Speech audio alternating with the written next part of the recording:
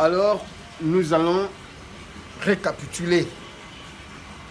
La formule utilisée pour calculer le volume d'une sphère est la plus simple, c'est la suivante. V égale à pi, somme de moins R carré moins x carré dx. Et lorsque nous intégrons, nous allons bien comprendre que nous avons 4 pi tiers r cube. Alors, nous nous sommes posé la question, est-ce que ceci représente réellement la formule du volume d'une sphère? Nous nous sommes rendus compte que lorsque nous posons R égale à 1, et en s'intéressant à cette partie, nous allons voir que nous avons la formule somme de moins 1 moins x carré dx. Alors ceci représente une R.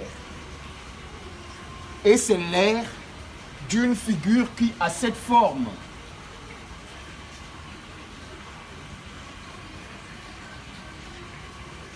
Ce n'est pas un demi-cercle.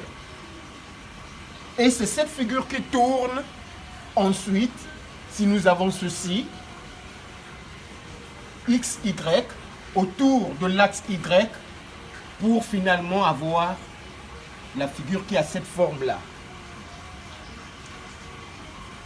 Et donc, d'un autre côté, pour que nous puissions avoir une sphère, il nous faut une formule qui convient mieux. C'est la suivante. Pi, somme de moins R racine carrée de R carré moins x carré dx. Parce que lorsque nous posons R égale à 1, nous avons donc la formule suivante. V égale à somme de moins 1 racine carrée de 1 moins x carré dx. Et ceci, conformément au théorème fondamental, nous avons pi ici, conformément au théorème fondamental de l'analyse, cette partie qui est multipliée par pi représente un demi-cercle.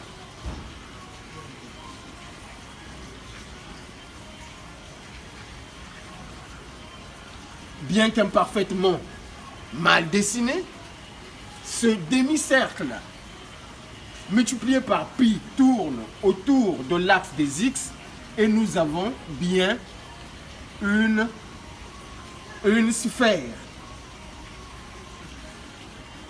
Alors, nous allons donc voir à quoi correspond cette formule, où cette formule V égale pi, somme de moins R, racine carrée de moins x carré dx, va donner quelle formule qui va correspondre au volume de la sphère. Alors, si nous intégrons, nous n'aurons pas de difficulté de comprendre que la somme de moins 1, racine carrée de 1 moins x carré dx donne pi quart.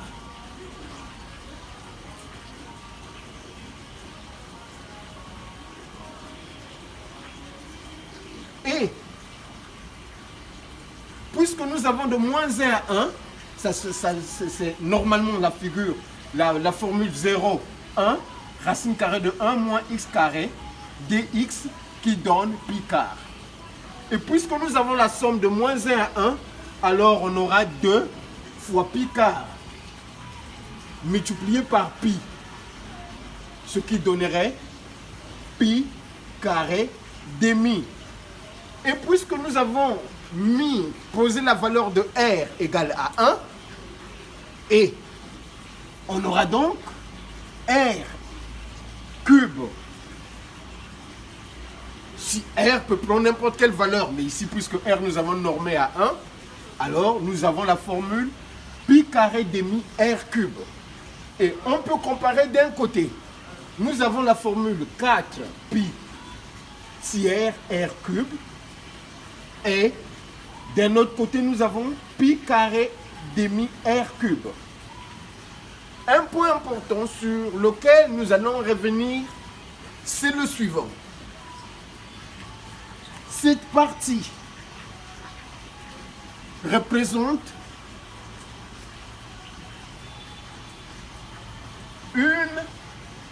un quart de cercle. 0, 1. C'est cette R. Et si nous avons de moins 1 à 1, racine carrée de 1 moins x carré dx, ceci représente le demi-cercle qui a pour R puis demi R carré. Or, cette expression somme de moins 1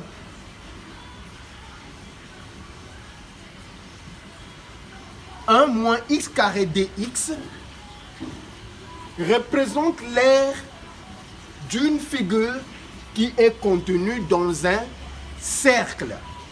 C'est le suivant, c'est la suivante, la figure en question. Tu peux faire ceci et voilà.